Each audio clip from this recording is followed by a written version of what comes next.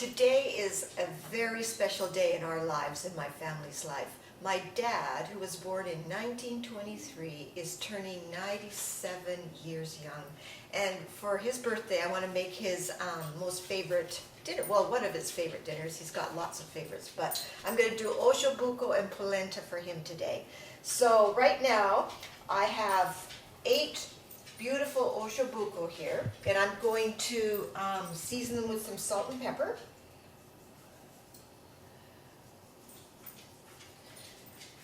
If you want to make this very pretty and professional, you could tie them up. But since it's for my family, I'm not going to bother. It's going to be very family style and lovely, and it won't be a problem. So I'm going to do the other side too. You know, my dad has gone through so much in his life. Like right now, he sits at home. He's 97 years old.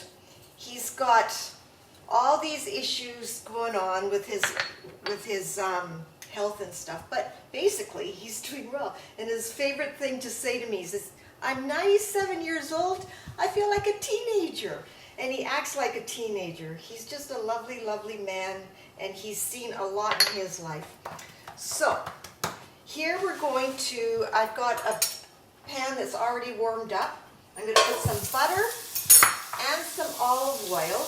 The olive oil helps the butter not burn, so it's a good tip. So I'm going to dredge the Osso Buco in some flour.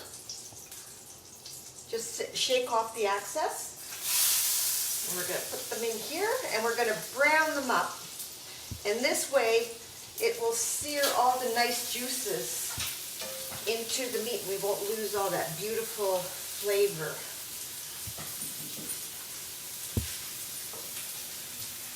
I'm hoping these will all fit in this pot. We'll see. We'll just do a few at a time, because you don't want to crowd them. Otherwise, you'll end up cooking them instead of browning them. So we'll let that go. Okay, so these are cooking up really nice. I'm going to turn them over and make them nice and brown on each side. These are looking really nice.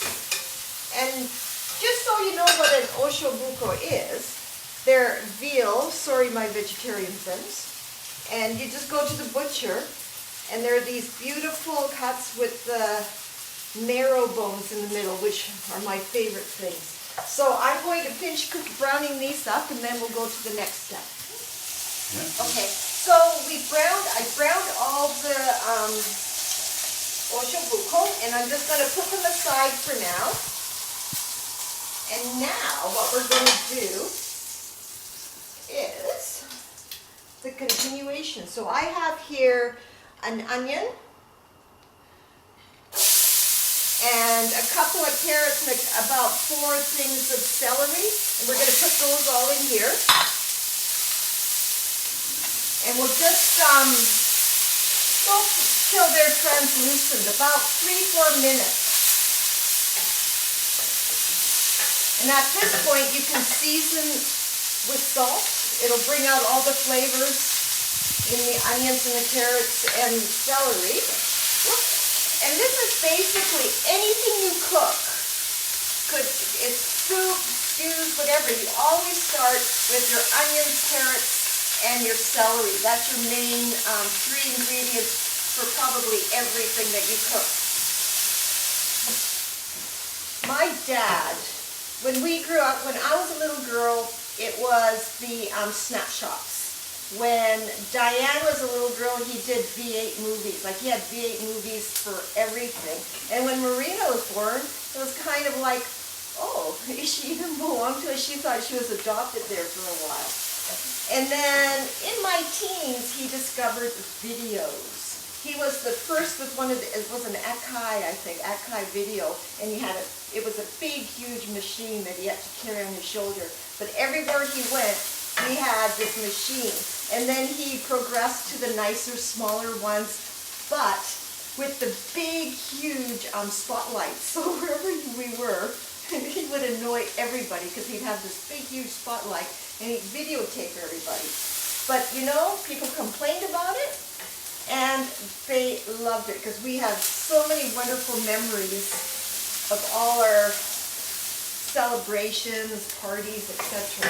Anyway, so here it's starting to look pretty good, and I have my pureed garlic here that I'm going to put in here. I'm going to keep that in till it gets, you can smell it. It doesn't take long. You don't want to burn the garlic.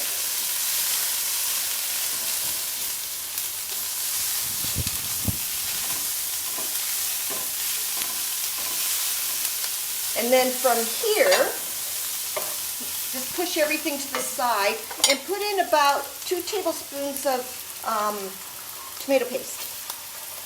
And you kind of let that all roast in.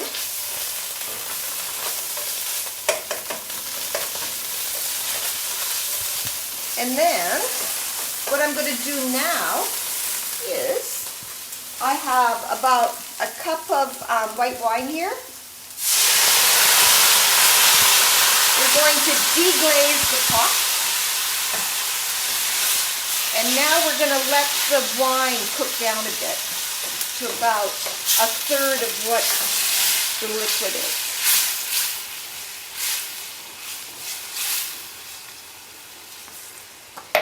I have made a little bouquet of rosemary and thyme. I just tied it all together so at the end of the day we can just pull it out. We're going to pop that in. I have in here, it doesn't really go with the recipe, but I'm going to do it anyway because I have it. I've got this beautiful pureed basil, so I'm going to put that, I'm going to put it all in. It's very nice. Nothing wrong with basil, that's for sure. And then, whoa, excuse me. So now we have all this. This is such an easy recipe. You can make this well in advance. And the longer you let it keep, the more the flavors just all meld together. It's just amazing. I meant to buy whole plum tomatoes, but this is a puree, but that's okay. It'll work. Oh, they are. I thought they weren't. Sorry. So anyway, let's put all those in. Oops, I'm making a big mess. So you sort of squish in the tomatoes. And then, as always, I have my chicken broth that I've had in the freezer. I'm going to put that in. Now we're just going to bring all this up to a boil. And when it comes up to a boil, we're going to put all the Osso Buco back in. And most people keep it on top of the stovetop at a low simmer for an hour and a half. I like putting it in the oven. Put the lid on and you just forget about it, and then bring them out and they'll be perfect. So let's put these back in. Hopefully these will all fit in here, I hope so.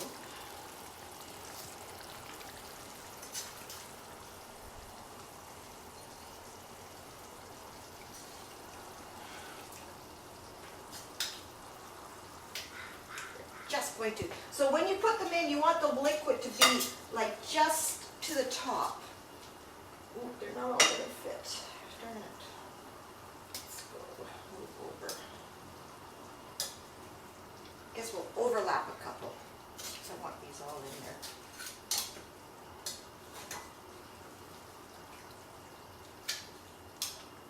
That'll work. Okay. So it's all coming up to a boil again. We're going to cover it and put it in the oven for about an hour to 2 hours until it's fork tender, and that's it.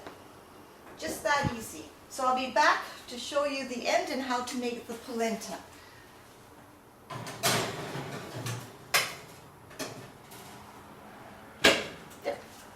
Okay, so the Osso Buco has been in the oven for 2 hours now, and it smells heavenly in here. I wish we could transfer the smells onto video too, because it's amazing.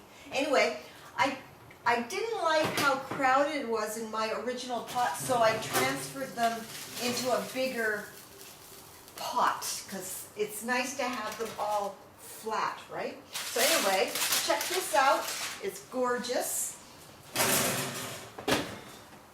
So what I like to do at this point is I like to strain the liquids and make it all just really nice and smooth and beautiful. And then I'm going to put it by itself back on the stove to reduce it so it's a little thicker. So I am going to transfer the Osso Buco out for now. And they all are fork tender, they're beautiful. Okay, we can throw this part away, we don't need that. So that's out. I'm going to do this in the sink so I don't make a big mess. So basically, I am going to take all this liquid and just strain it through. I have one of these fine mesh things. What are they called? A strainer, I guess. A little bit of time. Making a bit of a mess, but that's okay. That's what cooking's all about. So I just let it go all through. You don't have to do this step, but I like doing it. I think it's it just gives it a nice texture myself. And then we're going to thicken it up too.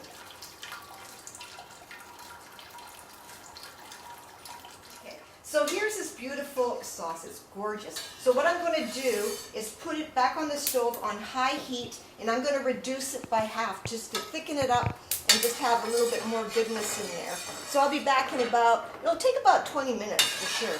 So I'll be back in 20.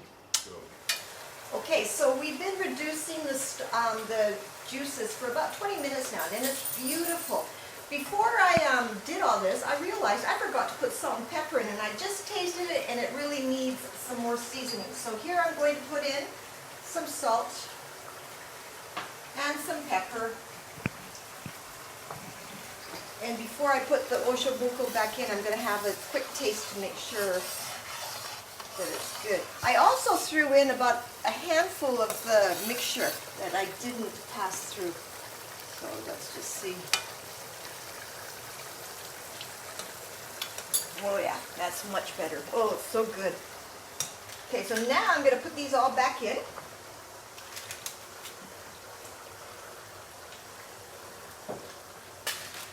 And at this point, you can just leave it until your dinner is ready to serve. I'm going to now make some polenta when I put these guys back in. And I'll show you how to serve them afterwards. And it's going to be so good. So now, I'll just put these aside. That's ready to go. And now I'm going to make polenta, which is a basic staple for any Italian. Back in the day when Mom and Dad were younger, they didn't really have much in the way of food, with the war going on and things. So corn was... They had tons of corn, so polenta. This pot, I think, is as old as I am. It's amazing. Ross and I just gave it a good scrub today, and it looks like new. It's beautiful. Anyway, polenta, basic polenta is 4 cups of water to 1 cup of cornmeal. So we'll just put this up to a boil. I'll be back in a second once it starts to boil. So the water's almost up to boil, so I've got, again, 4 cups of water, and I'm using 1 cup of Corse polenta. So this is the brand that I'm using. It's very nice. It's a product of Italy, so it must be good, as my dad would always say. Okay, so my water's boiling. I've thrown in some salt, and now you have to be careful with your polenta. You do it in a slow stream, and you just stir at the same time so that you don't have lumps, because you don't want lumpy polenta. And at this point, I suggest you be careful, because once it starts to boil up again, it spits at you and it hurts.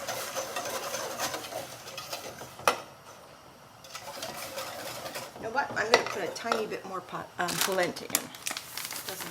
So polenta's different in all areas of Italy. Like in the south, it's more creamy, more of a porridge consistency. In the north, they like it firm. So we're going to cook this for like half an hour. Now you're going to see it's going to start to boil in a second. See the bubbles? And it hurts when the bubbles burst, so be careful. So now, this is going to be about half an hour. And at this point, you could put it down a tiny bit. So you want to constantly stir. Again, another thing, an act of love. My mom would make this every now and then, and she would make my dad stir. Because half an hour of constantly stirring, and in a little while it'll get thicker, and it's harder and harder to stir. So I've got it now at medium-high heat. So while this is cooking, like we can go back and forth, I don't have to do it constantly, but I would like to show you my next little spot. For Osso Buco, I'm going to make a Gremolata that goes on top, which is basically lemon zest, garlic, and parsley. And what you do is you get your parsley. Go over here so you can see.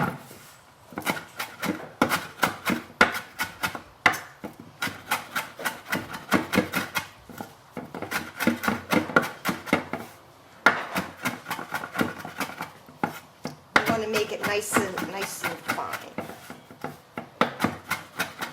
Okay, and then we're going to get about 4 garlic cloves.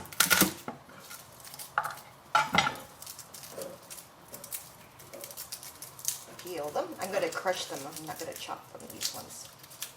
So that's 1.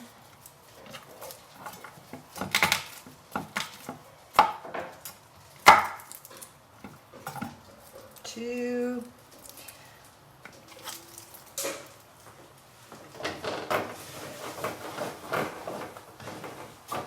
It's looking good over there. 3.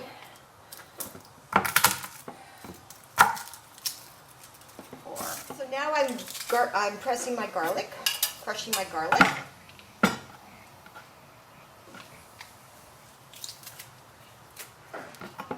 And this is just a nice thing, a nice topping on anything actually. You'll see when we put it on, it's just a nice finish on top of your Osso Buco. So now I'm going to get my lemon rind.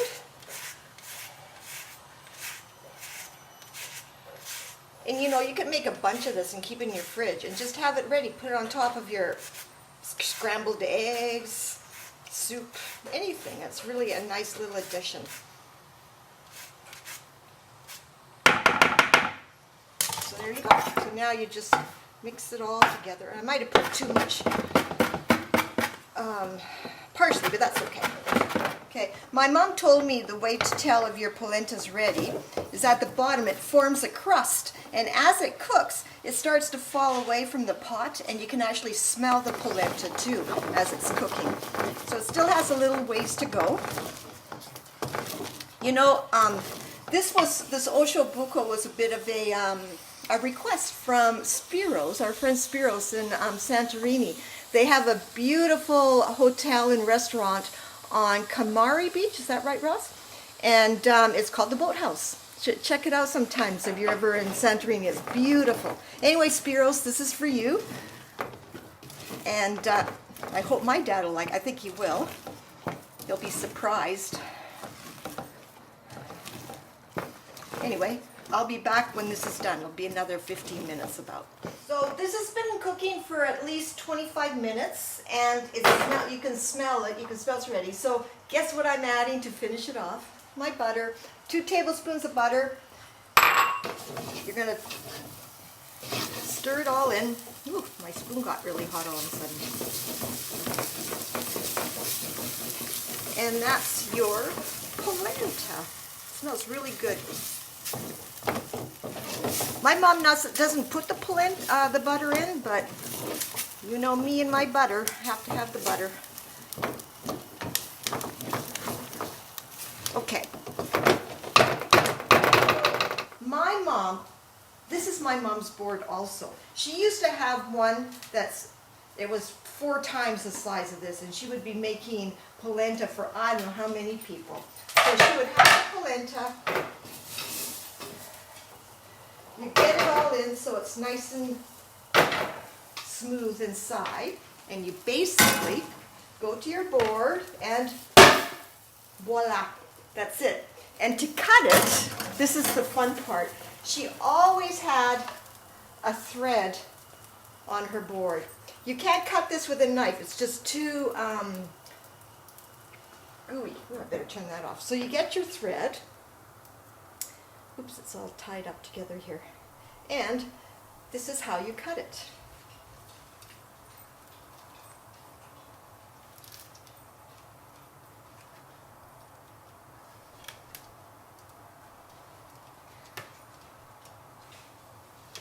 And there you go. It's cut. So now to serve, we're going to get a piece of polenta.